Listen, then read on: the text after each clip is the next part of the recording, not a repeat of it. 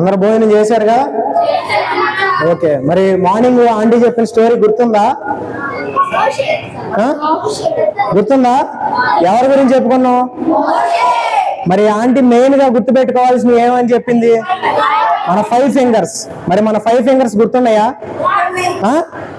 సరే, story start చేసే దానికంటే ముందర ప్రేయర్ చేసుకుందాం, ఓకేనా?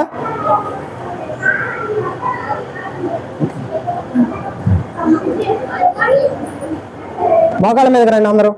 1 2 3.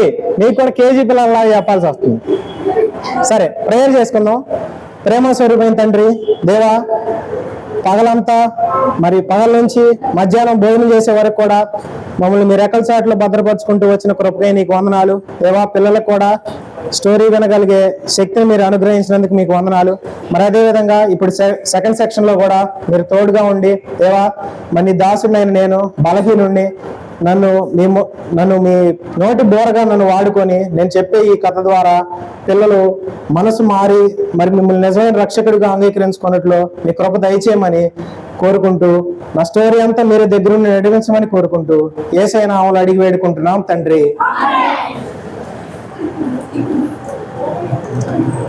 మార్నింగ్ ఎవరి గురించి చెప్పుకున్నాం? మోషే గురించి చెప్పుకున్నాం. పొద్దున కంటత వాక్యం ఏంటి?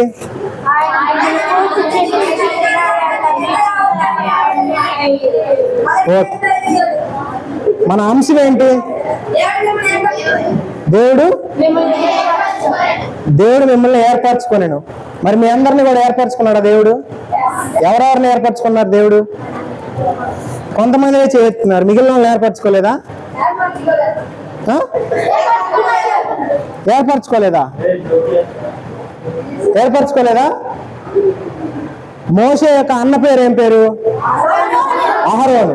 అక్క పేరు మిరియాము. మరి మార్నింగ్ మోషే గురించి చెప్పిన కొన్ని మాటలు గుర్తున్నాయి మీ అందరికి. ఏంటి? మోషే 3 నెలలు ఫస్ట్ తల్లి దగ్గర పెరిగిన తర్వాత ఒక నదిలో వదిలేయబడ్డాడు. ఆ తర్వాత మళ్ళీ ఎవరు పెంచారు? తన తల్లే పెంచింది. ఆ తర్వాత ఎక్కడ పెరిగాడు? ఏ రాజు? ఫరో రాజు. ఫరో రాజు ఎవరిని పరిపాలిస్తున్నాడు?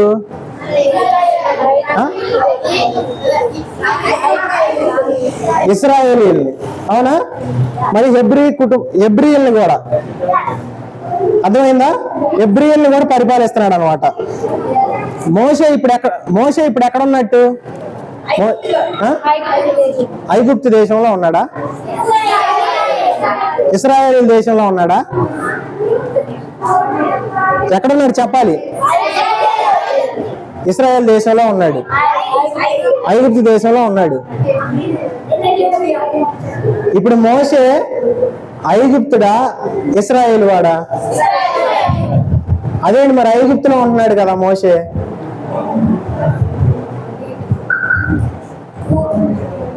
మోషే ఎక్కడ పెరిగాడు? ఐగుప్తులో. కాబట్టి మన స్టోరీ ప్రకారం మోషే ఐగుప్తు వాడే. అర్థమైందా? అయితే మరి మోషే చిన్నకాలం అంతా ఆంటీ చెప్పారు. తన తల్లి దేవుని భయం గురించి చెప్పింది, అవునా? మళ్ళీ అదే కాక వాళ్ళ అక్క వాళ్ళ అన్న కూడా అతనికి తోడై ఉన్నారు.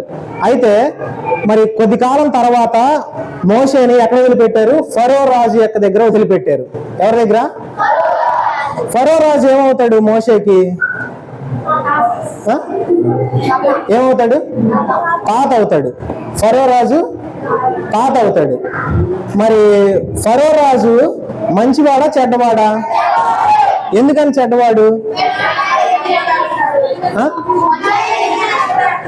ఓకే, అయితే సరే, ఇవాళ స్టోరీ మనం మోషేకి 80 సంవత్సరాల వరకు ఎలా బతుకుతూ వచ్చాడు, మోషే అసలు దేవుడు మోషేని ఎలా పిలుచుకున్నాడు, మోషేని పరిచర్యలో దేవుడు ఎలా వాడుకున్నాడో ఈరోజు మనం లెసన్ లో విందాం. అయితే మోషే ఐగుప్తులో ఉన్నప్పుడు, ఫరో రాజు యొక్క రాజ్యంలో ఉన్నప్పుడు చాలా సకల విద్యల్లో ప్రావీణ్యత కలవాడు అనమాట. అంటే ప్రతి లాంగ్వేజ్లో, ప్రతి స్టడీలో, ఎవ్రీథింగ్ ఐగుప్తుల అందరి మీద కూడా ఫస్ట్ ప్లేస్లో ఉన్నాడు. కానీ మోసే పుట్టింది ఎక్కడ?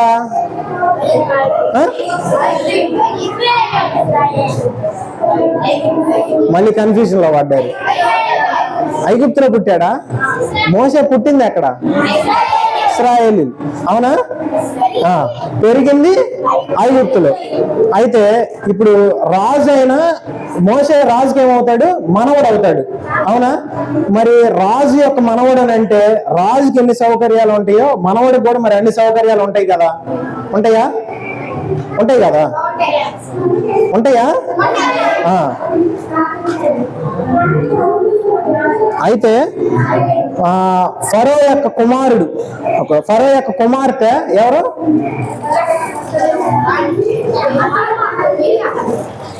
ఫరో యొక్క కుమార్తె మోషేని పెంచింది కదా ఒక ఆమె. అయితే ఫరో మోషేని ఎలా చూశారంటే ఆంటీ చెప్పినట్టు జస్ట్ ఏడ్చినా కూడా వెంటనే పాలు ఇవ్వటం, అసలు కనీసం ఏడవకుండా నోట్లో నుంచి మాట రాగానే ఏదైనా తీసుకురావటం. అది ఎంత ఖర్చు అయినా, మరి మన పేరెంట్స్ కూడా మనకి ఏమన్నా కావాలంటే ఎంత ఖర్చు అయినా తెచ్చి పెడతారు కదా.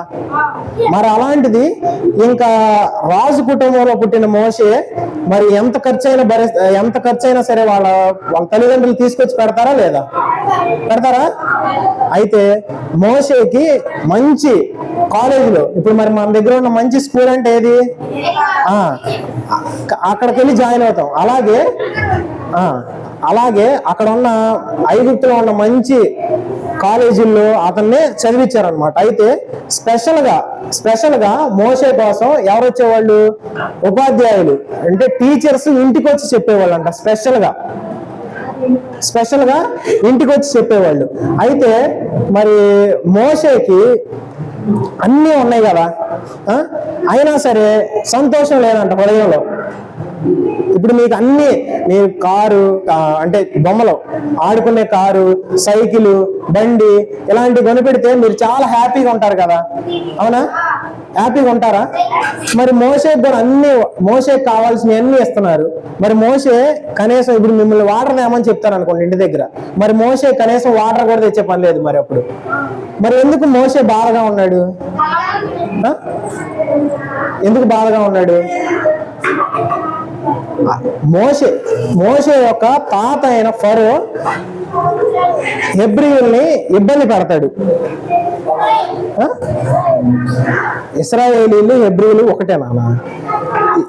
వాళ్ళని ఇబ్బంది పెడతాడు అనమాట. అయితే వాళ్ళని ఇబ్బంది పెట్టినప్పుడు మరి మోషే ఇశ్రాయేలు వాడే కదా, మరి వాళ్ళ ప్రజలు బాధపడుతుంటే చూడలేక ఆ బాధను చూసి బాధపడేవాడు అనమాట. అయితే మోషేకి 40 సంవత్సరాలు వచ్చిన తర్వాత ఏం చేశాడంటే వాళ్ళ ప్రజల్ని విడిపించడానికి ఎక్కడికి వచ్చాడు? బయటకు వచ్చాడు. కోటలో నుంచి, రాజు కోటలో నుంచి బయటకు వచ్చాడు అనమాట. అంటే ఫరో సంస్థానంలో, ఫరో రాజ్యంలో నుంచి తన ప్రజల యొక్క సమస్యలు చూడటానికి బయటకు వచ్చాడు. బయటకు వచ్చినప్పుడు ఏమైందంటే ఐగుప్తీయులు కలిసి ఒక హెబ్రీయుడిని కొట్టడం చూస్తాడు. ఎవరు? మోషేకి 40 సంవత్సరాలు ఉన్నప్పుడు బయటకు వస్తాడు అనమాట. తన ప్రజల కష్ట నష్టాలు ఎలా పడుతున్నారో వాళ్ళని చూద్దామని మోషే హెబ్రీయులు చూడటం కోసం బయటకు వస్తాడు. అర్థమవుతుందా నేను చెప్పేది? నిద్ర వస్తుందా? హెబ్రీయుల కష్టాలను చూడటానికి. ఎందుకంటే మోషేకి వాళ్ళ ప్రజలు కష్టపడుతున్నారు అన్న బాధ ఎక్కువ ఉంది. అన్ని ఫెసిలిటీస్ ఉన్నా కూడా ఏమైందంట, మనసంతా బరువుగా చాలా బాధగా ఉందంట. అయితే మోషేకి చిన్నప్పటి నుంచి వాళ్ళ అమ్మ దేవుని వాక్యం నేర్పించింది కదా. మరి దేవుని వాక్యంలో దేవుడు ఒక మాట చెప్పాడంట తనకి. ఏమని? మోషే పెద్దవాడైనప్పుడు క్రీస్తు విషయమైన నింద గొప్పది, భాగ్యమని ఎంచుకొని అల్పకాల పాపము భాగ్యం అనుభవించడం కంటే దేవుని ప్రజలను శ్రమ అనుభవించడం మేలు. అంటే దేవుని పనిలో నేను తిట్టించుకున్నా పర్వాలేదు, దేవుడి పని చేయటం వల్ల నేను తిట్టించుకున్నా పర్వాలేదు, కానీ నాకు పేరు ప్రతిష్టలు, ఈ పాపం నాకు వద్దు. మరి ఫరో వాళ్ళ తాత పాపమే కదా చేస్తుంది. ఫరో వాళ్ళ తాత పాపమే కదా, మరి వాళ్ళని శిక్షించకూడదు కదా, మరి శిక్షిస్తున్నాడంటే తప్పు చేస్తున్నట్టే కదా. అయితే ఈ మోషేకి నచ్చట్లా. మోషే ఏం ఆలోచించాడు, నేను ఫరో రాజైన కుమార్తె కొడుకునే అనిపించుకోవటం కంటే కూడా నిందన మోయటం క్రీస్తునందు, ఎవరినందు? క్రీస్తునందు నిందన మోయటం చాలా గొప్పదని ఎంచుకున్నాడంట. అయితే ఏం చేశాడు, ఐగుప్తీయులు హెబ్రీయుల్ని కొట్టేటప్పుడు మోషే మొత్తం చూశాడు అనమాట. ఐగుప్తీయులు హెబ్రీయుల్ని కొట్టడం. అప్పుడు వెంటనే మోషే ఏం చేశాడంటే అటు ఇటు చూశాడు. అటు ఇటు చూసి ఎవరు లేరులే అనుకొని ఏం చేశాడు, ఐగుప్తుని ఒకని కొట్టి చంపేశాడు. చంపేసి ఇసుకలో పాతి పెట్టాడు అనమాట. ఇసుకలో పాతి పెట్టేశాడు. మీకు బొమ్మ చూపిస్తాను ఆగండి. ఇవ్వండి, ఎవరు? మోషే. కనపడ్డా మోషే?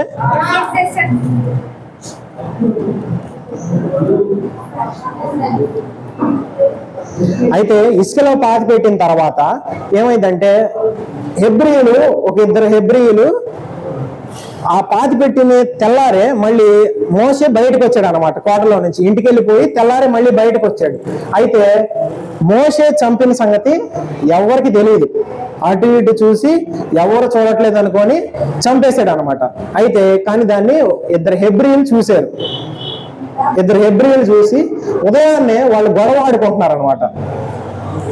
గొడవ ఆడుకుంటుంటే మోషే వచ్చి, ఏంటి మీ ఇద్దరు గొడవ పడుతున్నారు, గొడవ పడకూడదు కదా అని చెప్తే అప్పుడు హెబ్రీయులు ఏమని ప్రశ్నిస్తారో తెలుసా, నువ్వెవరివి మమ్మల్ని గొడవ పడొద్దని చెప్పడానికి, నిన్నెవరు పంపించారు అని హెబ్రీయులు అడుగుతారు అనమాట. ఇప్పుడు మేము గొడవ పడితే నువ్వు మమ్మల్ని కూడా చంపేస్తావా అని అడుగుతారు. అంటే అప్పుడు మోషే ఏమనుకుంటాడు, నేను చంపింది ఎవరు చూడలేదు అనుకున్నాను, కానీ హెబ్రీయులు చూసేశారు, ఈ విషయం ఫరోకి తెలిస్తే నన్ను చంపేస్తాడు అనుకున్నాడంట. అయితే ఈ విషయం ఫరోకి తెలిసింది. ఫరోకి తెలియగానే ఏం చేశాడు, ఫరో మోషేని చంపేయమని ఆజ్ఞాపించాడంట. మోషేని చంపేయడానికి వచ్చినప్పుడు మోషే ఏం చేశాడు, పారిపోవటం స్టార్ట్ చేశాడు. కొన్ని కొండలు, ఎడారులు, నదులు దాటుకొని చాలా దూరం ప్రయాణించి చాలా దూరం వెళ్ళిపోయాడు అనమాట. ఎక్కడికి వెళ్ళాడంటే మిద్యాను అనే దగ్గరికి వెళ్ళాడు. మిద్యాను అనే ప్రాంతానికి వెళ్ళాడు. మిద్యాను అనే ప్రాంతంలో అక్కడ ఒక నీళ్లు చేదుకునే బావి. ఇదివరకు ఇప్పుడంటే మనకి ట్యాప్ తిప్పగానే వాటర్ వస్తున్నాయి, మరి ఇదివరకు వాటర్ కావాలంటే ఎలా, బావులు, నీళ్లు చేదుకోవాలి అందులో నుంచి. ఇప్పుడు కూడా మన చోట్ల కొన్ని చోట్ల పంపులు పెట్టారు. ఆ బావులు ఉన్న ప్లేస్ లోనే పంపులు పెట్టారు, అవునా? అయితే ఆ పంపు దగ్గరికి వెళ్ళి కూర్చున్నాడు అనమాట. అక్కడ కొంచెం చల్లగా ఉండేది కదా నీళ్లు ఉన్న దగ్గర, అక్కడ కూర్చున్నాడు మోషే. కూర్చోగానే ఏమైందంటే అక్కడ మిద్యాను దేశంలో ఒక యాజకుడు ఉన్నాడు. యాజకుడు అంటే ఎవరో తెలుసా మీకు? ఎవరు యాజకుడు అంటే? ఒక సేవకుడు అనమాట. యాజకుడు అంటే ఒక సేవకుడు. అయితే ఒక మిద్యాను దేశంలో ఉన్న ఆ సేవకుడికి 7 కుమార్తెలు ఉన్నారు. ఎంతమంది? 7 కుమార్తెలు గొర్రెల మందను కాస్తారంట. ఏం చేస్తారు? గొర్రెల మందను కాస్తారు. అయితే వాళ్ళు గొర్రెలకు నీళ్లు పెట్టడానికి ఆ బావి దగ్గరకు వచ్చారన్నమాట. అయితే అక్కడ కొంతమంది, ఇదిగోండి, వీళ్ళు ఆ 7 స్త్రీలు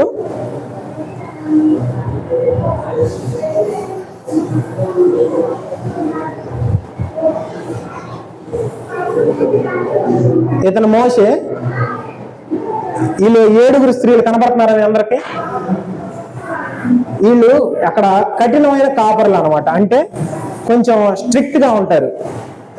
ఏంటి ఇక్కడ నీళ్ళు, ఇప్పుడు మనం నీళ్లు తోడుకునే దగ్గర కొన్ని చోట్ల ట్యాపుల దగ్గర కానీ మనం ట్యాప్ తిప్పినప్పుడు వెంటనే పెద్దవాళ్ళు ఏం చేస్తారు, ఏంటి ఇక్కడ ట్యాపులు తిప్పుతున్నారు అంటారు కదా. కాకపోతే అక్కడ కఠిన కాపరులు వాళ్ళు ఏం చేశారంటే ఈ 7 స్త్రీలు ఈ బావి దగ్గరకు వచ్చినప్పుడు ఈ కఠిన కాపరి వీళ్ళని నీళ్లు పట్టుకొని లేదంట. వీళ్ళ గొర్రెలకి నీళ్లు పట్టుకొని లేదు. అప్పుడు వెంటనే మోషే అక్కడే కూర్చున్నాడు కదా, మోషే వెంటనే ఏం చేశాడు, వాళ్ళకి సహాయం చేశాడు. ఎవరికి? 7 కుమార్తెలకి, యాజకుని కుమారులకి, సేవకుని కుమార్తెలకి 7 సహాయం చేశాడు. ఏం చేశాడంటే డైరెక్ట్ గా నీళ్లు చేది తన మందకు పెట్టాడంట. వాళ్ళ 7 మందకి ఇతనే నీళ్లు చేది పెట్టాడంట. మరి మనం కూడా ఇంటి దగ్గర ఎవరికైనా సహాయం చేస్తున్నావా? మరి మోసేని వాళ్ళు అడిగారా, నాకు హెల్ప్ చెయ్యి, నువ్వు అక్కడ కూర్చున్నావు కదా, ఏంటి చూస్తున్నావు, నువ్వు వచ్చి మాకు హెల్ప్ చేయని ఆ 7 పిలిచి అడిగారా? అడగలేదు కదా. మరి మోసే అంతటికి మోసేనే వెళ్ళి వాళ్ళకి సహాయం చేశాడు కదా. మరి మనం కూడా మనం దేవుని కలిగి ఉన్నప్పుడు మరి మనం కూడా సహాయం చేయాలి కదా. మరి సహాయం చేస్తున్నావా? ఎవరికైనా చేసావా? అసలు ఆన్సర్ చెప్పట్లా. చేశారా? చెప్పాలి. ఓకే. అయితే మోషే దేవుని కలిగి ఉన్నాడు కాబట్టి చాలా సాత్వికంగా, చాలా మంచి మనస్సు, ఎంత ప్యూర్ హార్టెడ్ అంటారు కదా, ప్యూర్ హార్టెడ్. దేవుని ఏమని చెప్తాం? Pure hearted. దేవుడు చూపించినంత లవ్ ఎవరు చూపించలేరు అని అంటాం కదా. అలాగా మోషే కూడా దేవుడు తెలుసుకొని దేవుడు చూపించినంత లవ్ అందరికి చూపించట్లో తను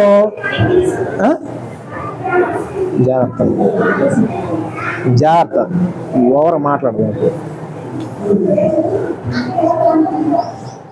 మోషే కూడా హెల్ప్ చేస్తున్నాడు అనమాట. అలాగా మనం కూడా మోషేలాగా ఇతరులకి వాళ్ళు అడిగితేనే మనం హెల్ప్ చేయాలని కాదు. ఎవరైనా అంకుల్ ఆంటీ కానీ మందిరంలో నడవలేకపోయినా, లేకపోతే భోజనం ప్లేటు పడేయలేకపోయినా వాళ్ళు పిలిచి మిమ్మల్ని తీసుకెళ్ళమని చెప్పరు. మనం ఏం చేయాలంట, మనం తీసుకెళ్ళి పడేయటం కానీ వాళ్ళకి హెల్ప్ చేయటం కానీ మోసేలాగా మనం కూడా మంచి లక్షణాలు కలిగిన వారమే ఉండాలి.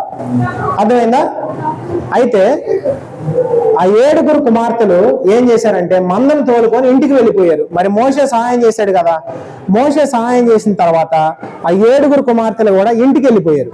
ఇంటికి వెళ్ళిపోగానే యాజకుడు వాళ్ళ 7 కుమార్తెలు ఏమని అడిగాడంటే, ఏంటి ఈరోజు మీరు ఎంత త్వరగా వచ్చేసారు అని అడిగాడు. మరి రోజు ఈ కట్టిన కాపరి ఏం చేస్తాడంట, వీళ్ళని నీళ్లు కూడా పట్టుకొనిడంట. నీళ్ళ అంటే వాళ్ళ మందకి ఇతను పట్టుకున్న తర్వాత ఈ 7 కుమార్తెలకి నీళ్లు పట్టుకొనిస్తాడు. కానీ ఆ రోజు ఏమైంది, మోషే ఉండడం వల్ల చాలా త్వరగా మోషేనే తోడి పోసాడంట నీళ్లు. మోషేనే నీళ్లు తోడి పోసాడు. యాజకుడు ఏంటి మీరు త్వరగా వచ్చారని అడిగినప్పుడు కుమార్తెలు ఏం చెప్పారంటే, ఒక ఐగుప్తు వాడు ఎవడో మాకు సహాయం చేశాడు. ఏమని చెప్పారు? ఆ 7 కుమార్తెలు వాళ్ళ నాన్నకి ఏమని చెప్పారు? ఐగుప్తు వాడు ఎవడో మాకు సహాయం చేశాడు, ఎవరో తెలియదు కానీ సహాయం చేశాడు అని చెప్పగానే వెంటనే ఆ యాజకుడు ఏం చేశాడు, ఎవరో ఐగుప్తు వాడు, వాడిని ఇక్కడ తీసుకొని రండి, వాడికి భోజనం పెట్టండి అని చెప్తాడు అనమాట. ఎవరు చెప్తారు? యాజకుడు తన 7 కుమార్తెలకి ఎవరా ఐగుప్తుడు అతన్ని తీసుకొచ్చి భోజనం పెట్టమని చెప్తాడు. వెంటనే ఆ 7 కుమార్తెలు వెళ్ళి మోషేని పిలుచుకొని వచ్చి మోషేకి భోజనం పెడతారనమాట. అయితే భోజనం చేసేటప్పుడు ఇంకా యాజకుడు మరియు మోషే ఆ 7 కుమార్తెలు కలిసి మాట్లాడుకుంటున్నారు. ఏమని? ఐగుప్తు గురించి మాట్లాడుకుంటున్నారు. మనం కూడా భోజనం చేసేటప్పుడు మాట్లాడుకుంటాం కదా, అలాగే వాళ్ళు కూడా మాట్లాడుకున్నారు అన్నమాట. అయితే మోషే ఆ 7 సెఫ్రాను అనే ఒక 7 కుమార్తెల్లో ఒక కుమార్తెని పెళ్లి చేసుకున్నాడు. ఆమె పేరు సెఫ్రాను. ఏం పేరు? సెఫ్రాను. మోషే భార్య పేరు ఏం పేరు? సెఫ్రాను అనే స్త్రీని మోషే పెళ్లి చేసుకున్నాడు. ఆ 7 ఒకళ్ళు అన్నమాట. అయితే మోషే ఎన్ని సంవత్సరాలు ఉన్నప్పుడు బయటకు వచ్చాడు? 40 సంవత్సరాలు ఉన్నప్పుడు బయటకు వచ్చాడు. అయితే మోషేకి 80 సంవత్సరాలు వచ్చినాయి అనమాట. అంటే 40 సంవత్సరాలు ఉన్నప్పుడు, 40 సంవత్సరాల వరకు ఎక్కడ ఉన్నాడు? ఐగుప్తులో ఉన్నాడు. ఇంకొక 40 సంవత్సరాలు ఎక్కడ ఉన్నాడు? మిద్యాను అనే దేశంలో, దాన్ని అరణ్యం అని కూడా అంటారు. మిద్యాన్ అనే దేశంలో ఉన్నాడు అనమాట. అయితే మరి మోషేకి చాలా డబ్బులు ఉన్నాయి కదా, ఐశ్వర్యవంతమైన కుటుంబంలో పుట్టాడు కదా, కుటుంబంలో పెరిగాడు కదా, ఐశ్వర్యవంతమైన కుటుంబంలో. కానీ మరి మోషేకి ఎలాంటి వ్యాపారం కానీ పొలాలు కానీ మరి సొంత మంద లేదంట. మరి మోషే కాసే మంద ఎవరిదంటే తన మామది. ఎవరిది? మామ అంటే ఎవరు? యాజకుడిది, సేవకుడిది. ఆ మంద సేవకుడిది అనమాట. అంటే మోషేకి అంత విలువైన ఆస్తి, అంత విలువైన స్థానం దేశంలో ఉండి కూడా, ఐగుప్తు దేశంలో, మరి ఎందుకని మోషేకి ఒక సొంత మంద లేదు? దేవునికి ఒక ప్లాన్ ఉంది మోషే మీద. మోషే మీద దేవునికి ఏముంది? ఏం ప్లాన్ ఉండొచ్చు చెప్పగలరా? ఏం ప్లాన్ ఉండొచ్చు? మోషేని దేవుడు వాడుకొనుటకు, ఒక వస్తువులాగా మోషేని వాడుకున్నామని దేవుడు అనుకున్నాడు అనమాట. ఎందుకంటే ఇశ్రాయేలుని విడిపించుటకు. ఎందుకు? ఇశ్రాయేలుని మరి శ్రమ పెడుతున్నారు కదా, వాళ్ళని విడిపించుటకు దేవుడు మోషే మీద ఒక ప్లాన్ ఉండి, ఇప్పుడు ఒకవేళ మనం మోషే కనుక మంద ఉంటే గుర్తుపెట్టుకోండి, మోషేకి మంద లేదు. నేను అడిగినప్పుడు మళ్ళీ చెప్పండి, మోషేకి మంద లేదు. వాళ్ళ మామ యొక్క మందని, అంటే ఎవరిని? యాజకుడి యొక్క మందని పోషిస్తున్నాడు అనమాట. అయితే మోషే ఒక పర్వతం మీదకి వెళ్ళాడు అనమాట. గొర్రెలు కాసుకునే వాళ్ళు ఎక్కడికి వెళ్తారు ఎక్కువగా? ఎక్కడికి? ఏ పర్వతం మీదకి వెళ్ళి ఉంటాడు మోషే చెప్పగలరా?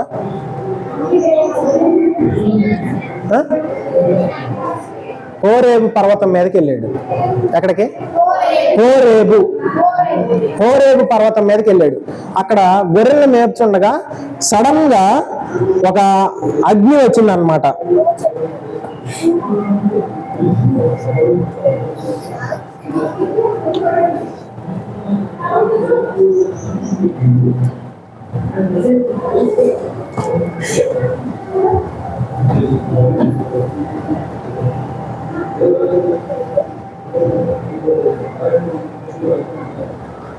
కనబడుతుందా?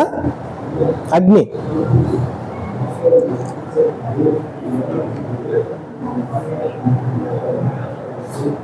మోషే గొర్రెలు మేపుచుండగా ఒక అగ్ని కనపడిందంట. పొద్దున ఆంటీ చెప్పారు కదా పొగలో అగ్ని అని. కానీ ఇక్కడ ఈ పొగ తగలబడట్లేదంట, కానీ అగ్ని వచ్చిందంట. ఈ అగ్ని రాగానే మోషే ఏంటి అగ్ని అని చూడటానికి దగ్గరికి వెళ్ళేటప్పుడు ఈ మంట మధ్యలో నుంచి ఒక దేవుని స్వరం మోషే మోషే అని దేవుడు మోషే అని పిలిచారంట. 2 సార్లు మోషే మోషే అని మోషేని పిలిచినప్పుడు మోషే వెంటనే ఏం చేశాడు? మనమైతే నన్ను ఎవరు పిలుస్తారు, నాకు ఇక్కడ ఎవరు తెలిసి ఉన్నారు అని మనం ఎలా ఉంటామంట? సైలెంట్గా ఉంటాం కదా ఇంటి దగ్గర. మన ఇంటి దగ్గర మన తల్లిదండ్రులు పిలిచినప్పుడు మనం ఏం చేస్తాం? పని చెప్తారు, సైలెంట్గా ఉండాలా, వినపడినట్టు ఉండాలా. ఫోన్ చూసుకుంటా నాకు వినపడలేదు ఇంతే చూసుకుంటాం. మన దగ్గరకు వచ్చి అమ్మో నాన్న దగ్గరకు వచ్చి ఏం చేస్తున్నావు అన్నప్పుడు పిలిచావా, వినపడలా అని అంటాం కదా. కానీ మోషే వెంటనే దేవుడు మోషే మోషే అని పిలవగానే వెంటనే చిత్తం ప్రభువా అన్నాడంట. ఏమన్నాడు? చిత్తం ప్రభువా అని. ఆ మంట దగ్గరికి వెళ్తున్నప్పుడు అక్కడే ఆగుము, నువ్వు అక్కడే ఆగు, నీ చెప్పులు అక్కడ విడిచిపెట్టి ముందలకు రామని మోషేతో చెప్పాడు అనమాట.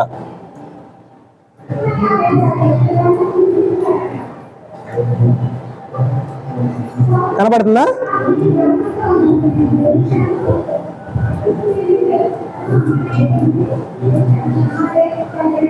కనబడిందా? ఇక్కడ ఉన్న పొద, ఈ పొద ఏదైతే ఉందో ఇది కారట్లా, ఈ పొద కారట్లేదు, కానీ మంట వస్తుంది. మరి పొద్దున ఆంటీ చెప్పినట్టు అగ్నిలో నుంచి మాట్లాడే దేవుడు మన దేవుడు, అవునా? కానీ ఇప్పుడు ఎలా మాట్లాడుతున్నాడు దేవుడు? ఇప్పుడు మనతో ఎలా మాట్లాడుతున్నాడు దేవుడు? వాక్యం ద్వారా మాట్లాడుతున్నాడు. మరి మనతో దేవుడు మాట్లాడాలంటే మనం ఏం చేయాలి? ఏం వినాలి? రోజు వాక్యం ధ్యానించాల. ఉదయాన్నే సాయంత్రం వాక్యం చదువుకొని ప్రతిరోజు ప్రేయర్ చేసుకోవాలా. ఫ్యామిలీ ప్రేయర్ కూడా కంపల్సరీగా ఉండాలా. ఇంకా మనం దేవుడి విషయాల గురించి తెలుసుకోవాలా. అప్పుడు దేవుడు వాక్యం ద్వారా మనతో మాట్లాడతాడు. అయితే ఇప్పుడు మరి మోషేని దేవుడు ఎందుకు పిలిచినట్టు? మోషే అసలు బయటికి ఎందుకు వచ్చాడు చెప్పండి? మోషే అసలు బయటికి ఎందుకు వచ్చాడు? వాళ్ళ ప్రజల్ని రక్షించుకోవడానికి బయటకు వచ్చాడు కోటలో నుండి కదా. కానీ మరి 40 సంవత్సరాలు అయింది, మోషే మర్చిపోయాడు. మనం కూడా మర్చిపోతాం కదా 40 సంవత్సరాలు అంటే. అరణ్యంలో 40 సంవత్సరాలు ఉన్న తర్వాత మోషే అసలు ఐగుప్తుల గురించే మర్చిపోయాడు. కానీ దేవుడికి ఇశ్రాయేలు చేసే ప్రార్థన గుర్తుంది దేవుడికి. మోషే మర్చిపోయాడు. అయితే దేవుడి ప్రణాళిక మోషే మీద ఎలా ఉందంటే, ఇశ్రాయేలీల్ని మోషే ద్వారా కాపాడాలి అని దేవుడు మోషేని ఒక థింగ్ గా వాడుకున్నామని యూజ్ చేశాడు అనమాట. ఇప్పుడు మనం మైక్ని ఒక వస్తువుగా ఎలా వాడుకున్నాం, ఒక పరికరంగా, అలాగే ఇశ్రాయేలీల్ని ఫరో రాజు దగ్గర నుంచి కాపాడడానికి ఒక పరికరంగా వాడుకున్నామని. ఆంటీ ఇంకా ఏ టైం వరకు అక్క? ఎంత టైం వరకు?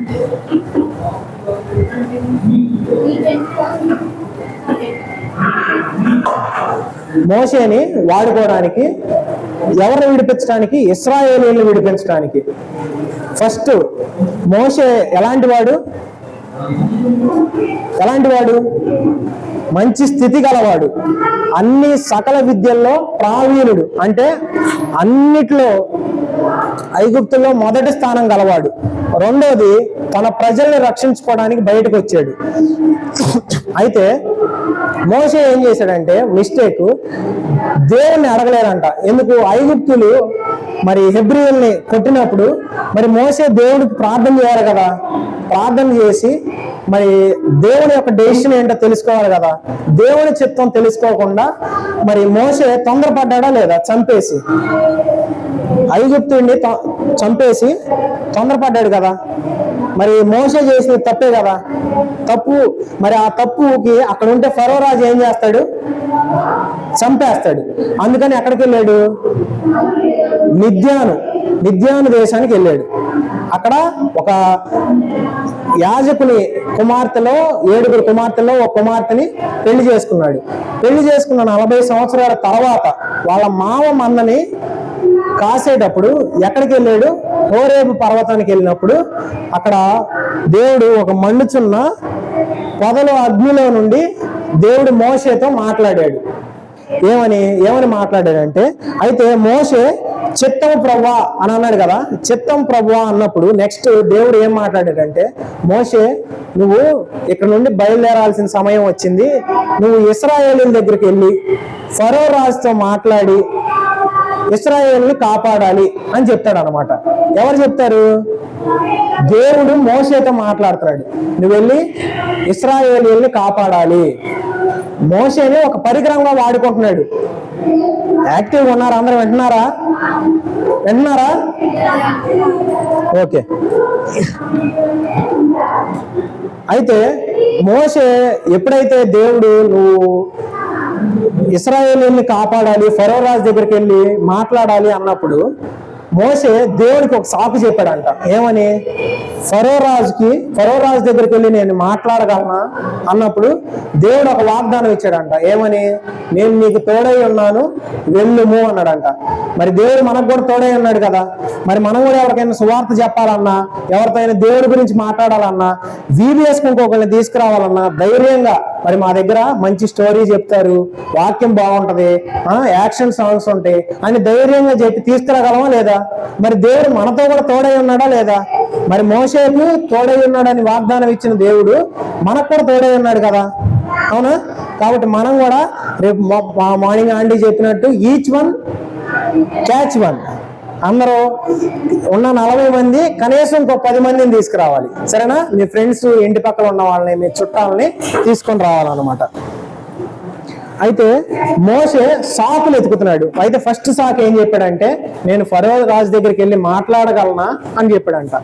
రెండో సాకు ఏం చెప్పాడంటే, అదేంటి, నిన్ను నిజంగా యెహోవా పంపించాడా, నిన్ను నిజంగా యెహోవా పంపించాడా, మేము ఎలా నమ్మాలి అని అన్నాడంట. అప్పుడు దేవుడు వెంటనే ఏం చేశాడంటే, రెండు సూచక క్రియలైన శక్తుల్ని మోషేకి ఇచ్చాడు. రెండు సూచక క్రియలైన శక్తుల్ని ఏంటంటే, మోషేని నీ కర్రను కింద పడేయమని చెప్తాడు అనమాట.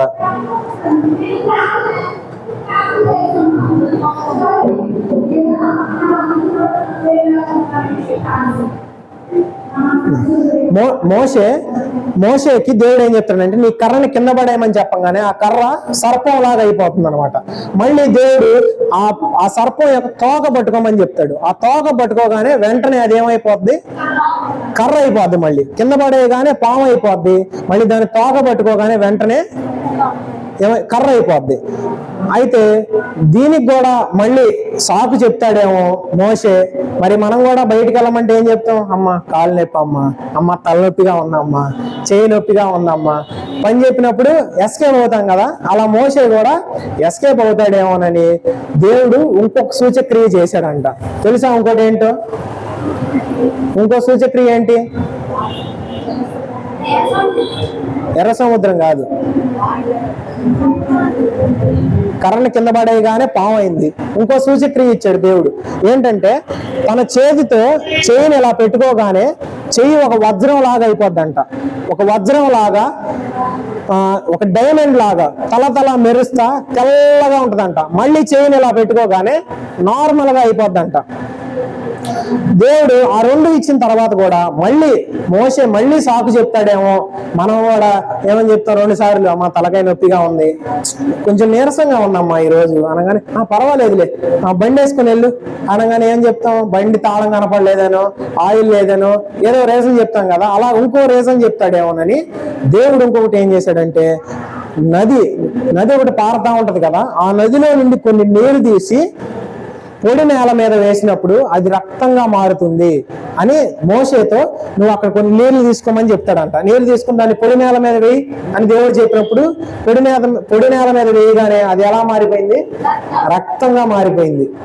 మరి దేవుడు ఇన్ని సూచక్రియలు చేసిన తర్వాత కూడా మళ్ళీ ఏం చేశాడు మోషే, మళ్ళీ ఇంకొక సాకు చెప్పాడంట. దేవా నేను వెళ్ళలేనయ్యా.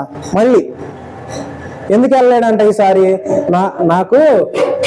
నేను మాట్లాడలేను, అంటే నేను అంత ఫ్లూయెంట్ గా చెప్పలేను అన్నప్పుడు దేవుడు చెప్పాడంట, నేను నీకు ముందుండి మాట్లాడించే దేవుడుని అని చెప్పాడంట.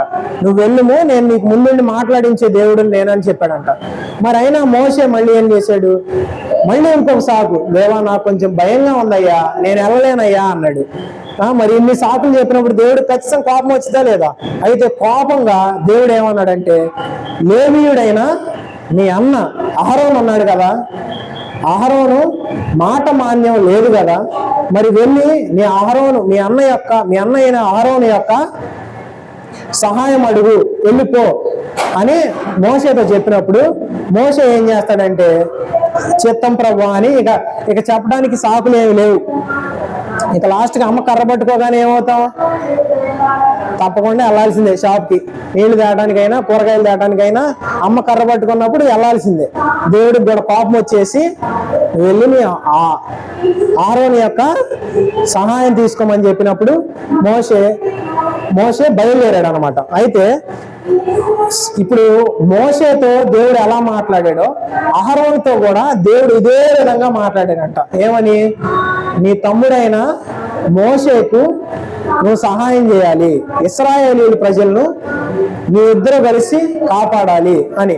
మరి మనం కూడా కొన్నిసార్లు ఒకవేళ సువార్త చెప్పలేకపోయాం, బయటికి వెళ్ళినప్పుడు ఫ్రెండ్ని తీసుకురాలేకపోయాం అనుకోండి, VBSకి వచ్చే 2 ఫ్రెండ్స్ ఉంటారు కదా, మీ 2 ఫ్రెండ్స్ లో ఇంకో ఫ్రెండ్ని తీసుకెళ్ళాలి.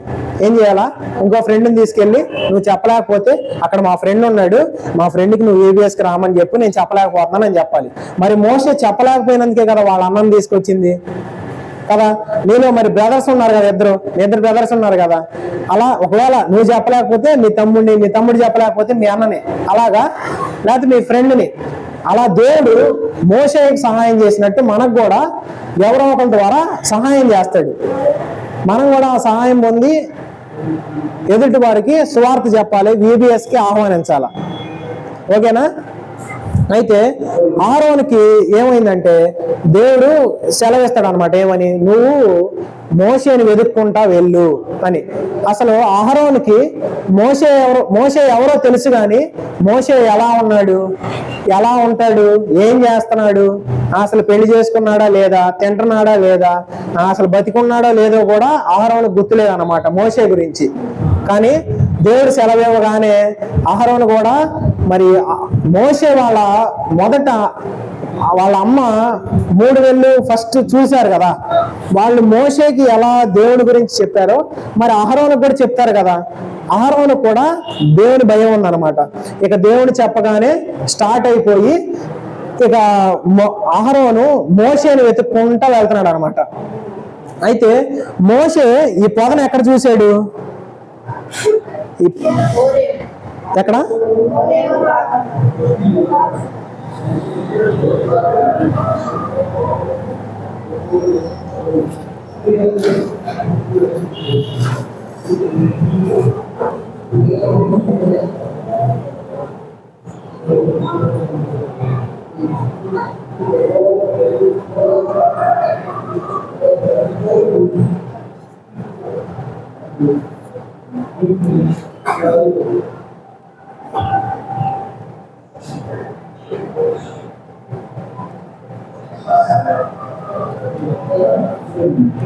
ఎవరా వాళ్ళిద్దరు? మోషే అహరోను. మోషే అహరోను. అయితే వీళ్ళిద్దరూ కలుసుకున్నారనమాట. ఎక్కడ కలుసుకున్నారంటే కరెక్ట్ గా దేవుడు అగ్నితో మాట్లాడాడు కదా మోషేతో, కరెక్ట్ గా అదే ప్లేస్ లో. ఏం కొండ అది? హోరేబు కొండ. కరెక్ట్ గా హోరేబు కొండ దగ్గరే కలుసుకున్నారంట. వాళ్ళిద్దరు కలుసుకొని అత్తుకొని ముద్దు పెట్టుకున్నారంట. మరి 40 సంవత్సరాల తర్వాత 80 సంవత్సరాల తర్వాత చూశాడు అనమాట. ఎవరిని? మోషేని అహరోను, అహరోన్ని మోషే. ఇద్దరు 80 సంవత్సరాల తర్వాత కలిశారు. మరి ఇప్పుడు మనం కూడా ఒక కరెక్ట్ గా 2-3 రోజులు లేదా ఒక వారం రోజులు మన పేరెంట్స్ కి దూరంగా ఉన్నామంటే రాగానే ఏం చేస్తాం? అమ్మ అని ఊరికి పరిగెత్తుకుంటూ వెళ్ళి అది చేసుకుంటామా లేదా? మరి మనకు కూడా బెంగ ఉండిద్ది కదా. అలాగే వాళ్ళిద్దరు కూడా ఇలా హత్తుకొని ఇద్దరు మాట్లాడుకుంటున్నారు అనమాట. ఏమని? ఈ 80 సంవత్సరాల్లో ఏం జరిగింది, మోషే తన చిన్నతనం నుంచి ఏం జరిగిందో మొత్తం అహరోనుకి వివరించాడు. అహరోను కూడా మోషేకి ఏం జరిగిందో వివరించాడు. ఆ తర్వాత మోషేతో దేవుడు ఏ విధంగా అయితే మాట్లాడాడో, మరియు దేవుడు మోషేకి ఇచ్చిన సూచక్రియలు ఏవైతే ఉన్నాయో వాటి గురించి అహరోనుకు చెప్పాడు. అహరోనుకు చెప్పి అహరోను కూడా ఏం చేశాడు? మోషేకి దేవుడు నాతో కూడా మాట్లాడాడు, నన్ను నీకు సహాయకుడిగా ఉండమని పంపించాడు అని ఇద్దరు ఒకరినొకరు మాట్లాడుకుంటా వెళ్తున్నారన్నమాట. అయితే ఇప్పుడు వాళ్ళు ఎక్కడికి వెళ్ళారు?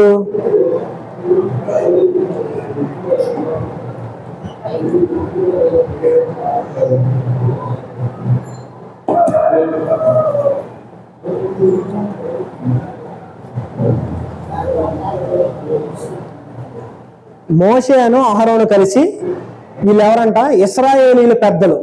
ఇశ్రాయేలీల పెద్దల దగ్గరికి వెళ్ళి యెహోవా దేవుడు మమ్మల్ని పంపించాడు, మోషేకి మరి ఇచ్చిన ఆ సూచక్రియలని పెద్దలకు కూడా చూపించి దేవుడు మీ కష్టాల్లో నుంచి మమ్మల్ని విడిపించడానికి దేవుడు మమ్మల్ని ఇక్కడికి పంపించాడు అని చెప్పి వెంటనే వీళ్ళకి ఆ సూచక్రియలు ఎలా అయితే దేవుడు ఇచ్చాడో వాటిని వీళ్ళ ఇశ్రాయేలు పెద్దలకు కూడా మోషే చూపిస్తాడు అనమాట. అప్పుడు ఇశ్రాయేలు పెద్దలు ఏం చేస్తారు? నిజంగానే దేవుడు మన ప్రార్థనలు విన్నాడు, మన ప్రార్థనలు విని మోషేను మరియు అహరోన్ని మన బాధల్లో నుంచి బయటికి తీసుకురావడానికి మన ప్రార్థనలు విని దేవుడు వాళ్ళిద్దరిని పంపించాడు అని చెప్పి పెద్దలు నమ్మి ఏం చేస్తారంటే ఇశ్రాయేలీలు మిగిలిన జనసమూహం ఉంటారు కదా, మిగిలిన వాళ్ళు వీళ్ళు పెద్దలు అన్నమాట. మిగిలిన వాళ్ళ దగ్గర అందరికి వెళ్ళి, ఇశ్రాయేలీల దగ్గరికి వెళ్ళి దేవుడు చాలా ఆనందంగా వాళ్ళందరి దగ్గరికి వెళ్ళి ఆనందంగా దేవుడు మన మొర విన్నాడు, మన ప్రార్థనలు ఆలకించాడు, మనం మన శ్రమల్లో నుంచి మనం బయటకు వస్తున్నాము, మోషే అహరోను కలిసి మనకి సహాయం చేస్తారని చెప్తారన్నమాట. అయితే ఇశ్రాయేల్ ప్రజలందరూ కూడా చాలా సంతోషంగా ఉంటారు. మరి అంతే కదా, మనం కూడా స్కూల్ నుంచి రాగానే, స్కూల్లో మనకి బాగా టఫెస్ట్ సబ్జెక్ట్ ఎగ్జామ్ ఉన్న రోజు, లేకపోతే ఎవరైనా కొట్టే టీచర్స్ పీరియడ్ అయిపోగానే, ఎవరైనా టీచర్ స్ట్రిక్ట్ గా ఉంటే మనం కూడా భయపడతామా లేదా? వాళ్ళ పీరియడ్ ఎప్పుడైపోద్దా అని భయపడతాం కదా. అలాగే ఫరో రాజు కూడా మరి ఇశ్రాయేలుని శిక్షిస్తున్నాడు కదా, ఆ శిక్ష నుంచి బయటపడతారని వాళ్ళు ఆనందంగా ఉన్నారన్నమాట. మరి దేవుణ్ణి కలిగి ఉండబట్టే కదా ఆనందం కలిగింది. మరి 80 సంవత్సరాల తర్వాత దేవుడు వాళ్ళ ప్రార్థనలకు జవాబిచ్చాడు. ఎన్ని సంవత్సరాలకి? 80 సంవత్సరాలకి. మరి మనం ఏమనుకుంటాం, ఒకవేళ కొన్నిసార్లు మనం దేవుడిని ప్రార్థన చేసినప్పుడు వెంటనే కాలేదనుకో, అది మనం ఎలా ఆలోచిస్తామంటే దేవుడు ఇంకా హెల్ప్ చేయలేదు, దేవుడు ఇంకా నా ప్రార్థన వినలేదు అనుకుంటాం. కానీ దేవుడికి మనకి ఏ టైంలో ఏది ఇవ్వాలి అనేది దేవుడికి మొత్తం ప్రణాళిక ఉంది. అయితే దేవుడికి మనం మనసు ఇచ్చామా లేదా, మనం నిజంగా రక్షింపబడ్డామా లేదా, మనం అబద్ధం చెప్తున్నామా నిజం చెప్తున్నామా అనేది ప్రతీది ఎరిగిన దేవుడు కాబట్టి ఎప్పుడు ఇవ్వాలో దేవుడికి తెలుసు అన్నమాట. అయితే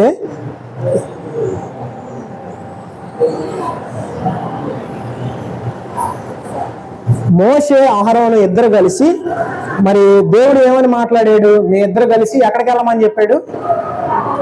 ఫరో దగ్గరికి వెళ్ళి నన్ను విడిపించండి, అది ఇశ్రాయేలీయుల్ని విడిపించమని చెప్తాడు కదా దేవుడు.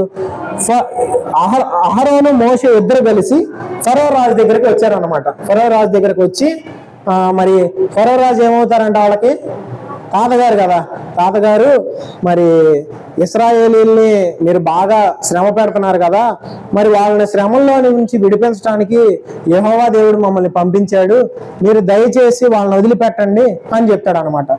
అయితే ఇశ్రాయేలీయులు మార్నింగ్ ఆంటీ ఒకటి మర్చిపోయారు. ఇశ్రాయేలీయులు ఏం చేసేవాళ్ళు అంటే ఇటుకలు తయారు చేసేవాళ్ళు, ఇటుకలు తయారు చేసేవాళ్ళు అనమాట. అయితే ఇటుకలను కాల్చడానికి కావాల్సిన గడ్డి ఫరో రాజు ఐగుప్తులు ఇచ్చేవాళ్ళు, ఇశ్రాయేలీయులకి ఐగుప్తులు గడ్డి ఇచ్చేవాళ్ళు ఇటుకలు కాల్చడానికి.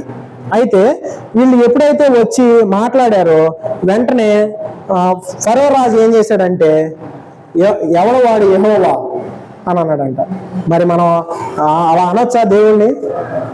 ఏం చేశాడు ఫరో రాజు? మరి ఫరో రాజు దేవుని నమ్ముకున్నట్ట కాదా? కాదు కదా. మరి ఫరో రాజు చేసేది తప్ప కాదా? మరి మోషే తప్పు చేసినా కూడా సాత్వికుడై నెమ్మది గలవాడై ఏం చేశాడు, మళ్ళీ ఫరో రాజు యొక్క పాదాల చెంతకు వెళ్ళాడు. ఎవరి కోసం? ఇశ్రాయేలీయుల కోసం. ఎవరు పంపించారు? దేవుడు పంపించాడు.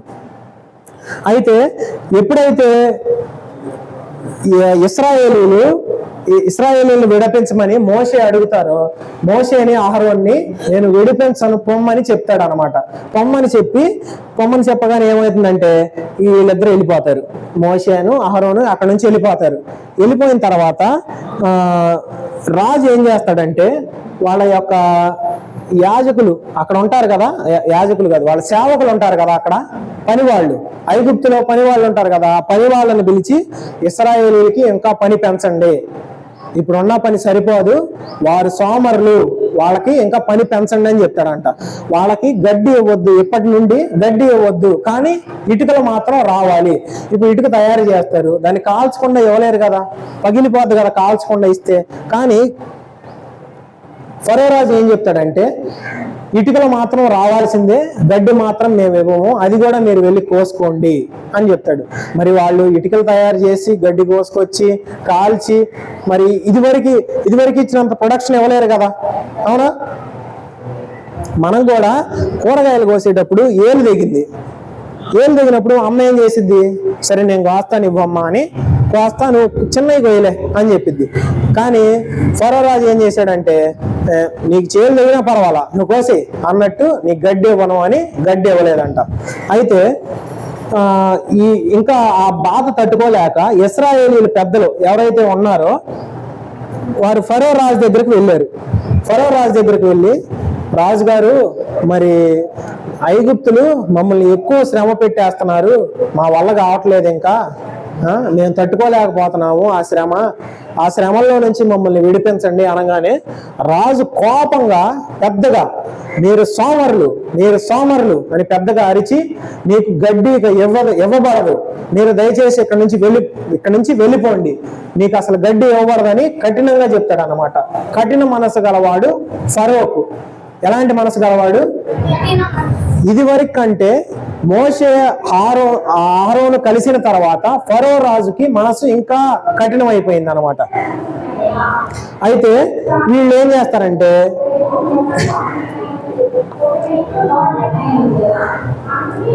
అహరోను మరియు మోషే ఇద్దరు కలిసి ఒక చోట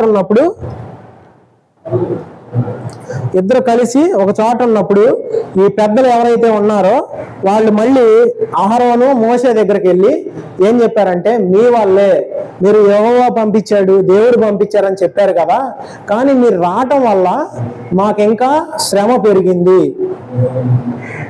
కాబట్టి ఇప్పుడు మోషే ఫస్ట్ తొందరపడ్డా లేదా? ఏ విషయంలో తొందరపడ్డాడు? ఐగుప్తుని చంపేశాడు. మరి ఆ కోపం ఫరోకు ఉండే ఉంటుందా కాదా? మరి ఆ కోపంతో కూడా ఇక్కడ ఇశ్రాయేలుకి శిక్ష పెరిగింది కదా. కాబట్టి మనం దేవుడి యొక్క సమాధానం కోసం, జవాబు కోసం ఎదురు చూడాలి. త్వరగా ఎలాంటి డెసిషన్స్ తీసుకోకూడదు. అయితే ఎప్పుడైతే అహరోన్ని మోషేని ఇశ్రాయేలీయుల పెద్దలు తిట్టారో వెంటనే ఇక మోషేకి దుఃఖం ఆగలేదంట. ఇంకా అప్పుడు వెంటనే మోషే ఏం చేశాడంటే దేవునికి ప్రార్థన చేసుకుంటున్నాడు అనమాట. చూడండి, ఒక్కడే బాధ కలిగిన మోషేకి సంతోషం వచ్చినా ఏం చేస్తాడు? దేవుని దగ్గరకు వచ్చి ప్రార్థన చేసుకుంటాడు. అయితే ఇప్పుడు మోషేకి బాగా బాధ కలిగింది. ఎందుకు? ఇంకా శ్రమలు పెడుతున్నారు ఇశ్రాయేలీయుల్ని. మరి అప్పుడు పెట్టేది శ్రమకే మోషే తట్టుకోలేకపోయి ఏం చేశాడు? వాళ్ళని కాపాడటానికి బయటకు వచ్చేసాడు. మరి 80 సంవత్సరాల తర్వాత మళ్ళీ వాళ్ళని కాపాడటానికి దేవుడి ప్రణాళిక ప్రకారం రాగానే ఏమైంది? మోషే కాపాడలేకపోయాడు, ఇంకా శ్రమ పెరిగింది. అయితే ప్రార్థిస్తా దేవుణ్ణి అడుగుతున్నాడు అనమాట. ఏమని? దేవా, నువ్వు చెప్పినట్లే కదా నేను చేశాను, అయినా కూడా ఎందుకు ఇశ్రాయేలీయులకి అంత శిక్ష? నా వలనే కలిగిందని వాళ్ళు అనుకుంటున్నారు కదా, మరి నీవు చెప్పినట్లే కదా నేను చేసింది అన్నప్పుడు దేవుడు ప్రార్థనలో మోషేకి జవాబిచ్చాడంట. ఏమని జవాబిచ్చాడంటే, తగిన సమయం కొరకు వేచి ఉండు. ఏం చేయమన్నాడు అంటే, ఇశ్రాయేలుని విడిపించే సమయం ముందర ఉంది, నేనే యెహోవా దేవుడినని నువ్వు వెళ్ళి చెప్పి సమయం దగ్గరలోనే ఉంది, నేను మిమ్మల్ని విడిపిస్తాను అని వెళ్ళి చెప్పమని చెప్తాడు. అయితే మరి మనం కూడా ఒకవేళ ఏదైనా సబ్జెక్ట్ రాకపోతే, లేదు ఎవరైనా టీచర్స్ కొడితే, హోంవర్క్ రాయకపోతే ప్రార్థన చేసుకుంటున్నావా? దేవా, ఇవాళ నన్ను కాపాడయా, ఎలాగైనా నాకు సబ్జెక్ట్ రాలేదు, నువ్వే నాకు సహాయం చేయాలని ప్రార్థన చేసుకుంటున్నావా? మరి మోషేతో మాట్లాడిన దేవుడు మనతో మాట్లాడ్డా? మనం కూడా అదే విశ్వాసం కలిగి, అదే నెమ్మదిని కలిగి ఉంటే దేవుడు ఖచ్చితంగా మనతో కూడా మాట్లాడతాడు కదా. మన పాపాలను దేవుడి దగ్గర ఒప్పుకున్నప్పుడు మరి దేవుడు మనతో మాట్లాడతాడా లేదా? అయితే మరి మోషే ఐగుప్తుని చంపినప్పుడు దేవుడి దగ్గరికి వెళ్ళి, దేవా, మరి నేను చేసింది తప్పే, నీ ప్రణాళిక లేకుండా నేను ఐగుప్తుని నాకు కోపం వచ్చి హెబ్రీయుడిని రక్షించాలని నేను నాకు చంపేశాను, మరి దేవా నన్ను క్షమించనగానే మరి దేవుడు ఏం చేశాడు? మోషేని క్షమించి వెంటనే మరి తనకి ఒక వస్తువుగా మోషేని వాడుకున్నాడా లేదా? ఎవరిని రక్షించడానికి? ఇశ్రాయేలీయులను రక్షించడానికి. అవునా?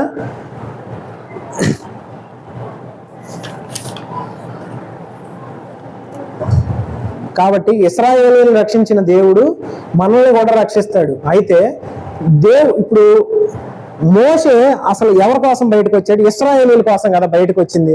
మరి మోషేకి ఏం అవసరం? మోషేకి పెద్ద భవనాలు ఉన్నాయి, ఎప్పుడు నాన్ వెజ్ ఫుడ్ ప్రతిరోజు నాన్ వెజ్ ఫుడ్, అసలు బయటకు వచ్చే పని లేదు, సేవకులు వంట వండే పని లేదు, నీళ్లు తెచ్చే పని లేదు, కూరగాయలు కోసే పని లేదు, చిటుకు వేస్తే చుట్టూ పని మనుషులు చుట్టూ. మరి ఎందుకు ఇశ్రాయేలు ప్రజల కోసం మోషే అంత కష్టపడ్డాడు? దేవుని ప్రణాళిక ఉంది కాబట్టి. మరి దేవుడు కూడా పరలోక రాజ్యంలో దేవుడు కూడా రాజే కదా, మంచి సుఖాలన్న వ్యక్తి కదా. మరి మన కోసం దేవుడు ఎందుకు సిలువలో త్యాగం చేసుకున్నాడు? తన రక్తాన్ని కార్చి ఒళ్ళు నలగొట్టబడి సిలువలో వేలాడి మళ్ళీ మన కోసం తిరిగి లేచి మన పాపాలను మనల్ని రక్షించటం కోసం. మోషే ఎలాగైతే ఇశ్రాయేలీయులను రక్షించడానికి వెళ్ళాడో అలాగే దేవుడు కూడా మనల్ని రక్షించడం కోసం పరలోకం నుండి దిగి వచ్చి క్రీస్తు యేసుగా జన్మించాడంట మన దగ్గర. దాన్ని మనం క్రిస్మస్ అని సెలబ్రేట్ చేసుకుంటాం కదా. అయితే మన పాపాలని మన్నించటం కోసం, మన పాపాలను రక్తంలో కడుగబట్టు కోసమే దేవుడు తన రక్తాన్ని ధారపోసాడు సిలువలో. కాబట్టి మనం ఖచ్చితంగా మరి ఎవరు కూడా మనమైతే హెల్ప్ చేయగలమా? వెళ్ళి ఇప్పుడు మీ ఫ్రెండ్ చనిపోయిపోతున్నాడు, వాడికి నీ బ్లడ్ ఇస్తే బతుకుతాడు, మనం వెళ్ళి మన బ్లడ్ ఇవ్వగలమా? కొంత కెపాసిటీలోనే ఇవ్వగలం, మొత్తం బ్లడ్ ఇవ్వగలమా? కానీ దేవుడు తన ఒంట్లో ఉన్న రక్తం అయిపోయి లాస్ట్కి నీరు వచ్చిన దాకా కూడా దేవుడు మొత్తం ధారపోసాడు అనమాట. కాబట్టి మనం నిజమైన దేవుడు యేసు క్రీస్తు అని అంగీకరించి మన పాపాలని ఆయన యందు ఏం చేయాలా? ఒప్పుకోవాలా. మరి ఈ రోజే నీ పాపాలని నువ్వు ఒప్పుకుంటే దేవుడి దగ్గర మరి దేవుడు చేసిన గొప్ప బలియాగానికి మనం ఎంతో కృతజ్ఞులమై ఉంటాం.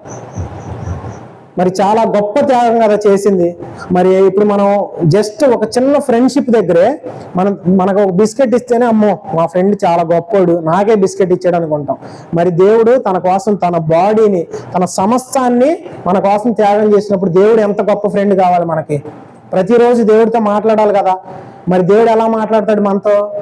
బైబిల్ ద్వారా, వాక్యం ద్వారా, ప్రార్థన ద్వారా దేవుడు మనతో మాట్లాడతాడు. ప్రతిరోజు ఉదయాన్నే లేచి ప్రార్థన ఫస్ట్ నేను రక్షణ పొందక ముందల మా ఇంటికి మంగళగిరి నుంచి ఒక సేవకుడు వచ్చాడు అనమాట. వచ్చి ఎదిద్య, నా పేరు ఎదిద్య, అయితే ఎదిద్య నువ్వు రక్షణ పొందావా అనగానే నేను అసలు బైబిల్ కూడా చదువుకోను, అసలు చర్చికి కూడా వెళ్ళాను అనమాట. కానీ మా పేరెంట్స్ కానీ ఇంట్లో అందరూ రక్షణ పొందారు. నేను అసలు మందిరానికి కూడా వెళ్ళేవాడిని కాదు, వెళ్ళి బయట కూర్చొని మొబైల్ గేమ్ ఆడుకునేవాడిని. నేను 7th క్లాస్లో ఉన్నప్పుడే మా డాడీ మొబైల్ ఫోన్ పెట్టాడు, ఇంక నేను మొబైల్తో ఆడుకుంటా ఉండేవాడిని అనమాట. అయితే ఆయన వచ్చి బైబిల్ చదువు అనగానే నాకు తెలుగు చదవటం కూడా రాదు. మరి అప్పుడు మా నాన్న వాళ్ళ పరువు కూడా పోయినట్టే కదా. మీరు మంచి సేవకులు, మందిరం నిర్మించారు, మందిరం సేవలో ఉన్నారు, మీ కొడుకుని రక్షించుకోలేకపోయారు అన్న పేరు వచ్చింది కదా. వెంటనే ఆ సేవకుడు చెప్పింది ఏంటంటే, రోజు ఉదయాన్నే నువ్వేం చేస్తావు అని అడగానే ఏం చేస్తాను అంకుల్, రోజు లేవగానే అలారం పెట్టుకొని లెగుస్తాను 9ంటికి, కరెక్ట్గా ఫోన్లో నోటిఫికేషన్ ఏమొచ్చిందా అని చూసుకుంటాను అనమాట. ఎర్లీ మార్నింగ్ లేచి వాట్సాప్లో ఏం మెసేజ్ వచ్చింది, ఇన్స్టాగ్రామ్ ఇప్పుడు బాగా ట్రెండింగ్ కదా, ఇన్స్టాగ్రామ్లో ఏం మెసేజ్ వచ్చింది, స్నాప్చాట్లో ఏం మెసేజ్ వచ్చింది అని చూసుకునేవాడిని. కానీ ఎప్పుడైతే ఆ అంకుల్ వచ్చి నాతో మాట్లాడాడో ఆ రోజు నుంచి ఎర్లీ మార్నింగ్ ఫస్ట్ లెగవగానే బ్రష్ కూడా చేసుకోకూడదంట. మనం బ్రష్ కూడా చేసుకోకుండా ఫస్ట్ ఎవరి దగ్గరికి వెళ్ళాలా? దేవుడి దగ్గరికి వెళ్ళి వెంటనే ఫస్ట్ బైబిల్ చదువుకోవాలా. కనీసం ఒక అధ్యాయం లేదు, అసలు రాకపోతే అట్లీస్ట్ ఒక వచనమన్నా చదువుకొని నీ డేని స్టార్ట్ చేయాలా. చిన్న ప్రార్థన ఏమని, దేవా ఈ రోజంతా నువ్వు నాకు తోడుగా ఉండు, రాత్రి అంతా మంచి నిద్రను అనుగ్రహించినందుకు వందనాలు, ఏకుజామునే చురుకైన మెలకును అనుగ్రహించినందుకు నీకు వందనాలు అని చెప్పి మన డే స్టార్ట్ చేస్తే చాలా హ్యాపీగా ఉంటుంది. ప్రతి విషయానికి దేవుడి మీద డిపెండ్ అయితే దేవుడు మనకు ప్రతి వేలో కూడా హెల్ప్ అవుతాడు. స్కూల్లో కానీ ఎక్కడైనా సరే ప్రతి చోట కూడా మనకి హెల్ప్ అవుతాడు. మరి మోషేకి సహాయం చేసిన దేవుడు తప్పకుండా మనకు కూడా సహాయం చేస్తాడు. అయితే ఇంకా ఎవరైనా రక్షణ పొందిన వాళ్ళు, ఇంకా నిజమైన దేవుడు యేసుక్రీస్తు ప్రభు అని తెలియని వాళ్ళు ఎవరైనా ఉంటే ఇవాళే రక్షింపబడాలా, ఇవాళే మన నిజమైన దేవుడు యేసుక్రీస్తు ప్రభు అని తెలుసుకోవాలా. లేదంటే మనం ఎక్కడికి వెళ్తాం? నరకానికి. నరకంలో అగ్ని ఆరదు, పురుగు చావదు. కానీ అదే పరలోకానికి వెళ్తే అక్కడ ఎలా ఉంటదంట, బంగారు వీధులు. పొద్దున ఆంటీ చెప్పారు కదా, బంగారు వీధులు, ఆకలి అవ్వదు, మంచినీళ్ళు అవ్వవు, ఆ అమ్మ నాన్న గుర్తురారు. మనకి ఎప్పుడు దేవుడు నిత్యమైన వెలుగుతో ఎప్పుడు మన ముందర ప్రకాశిస్తూ కనపడతాడంట. ఇక అక్కడ మనకి దేవుణ్ణి చూస్తా, దేవుణ్ణి సూచించడం తప్ప వేరే పని ఉండదు. అర్థమైందా? కాబట్టి మనం కూడా దేవుణ్ణి తెలుసుకోవాలా. సరే, మన మార్నింగ్ కంటత వాక్యం ఏంటి?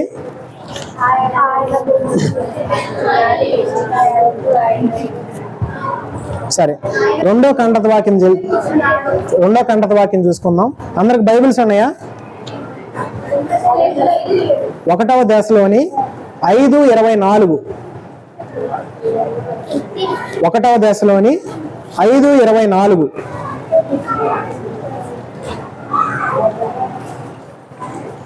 ఓపెన్ చేశారా అందరూ?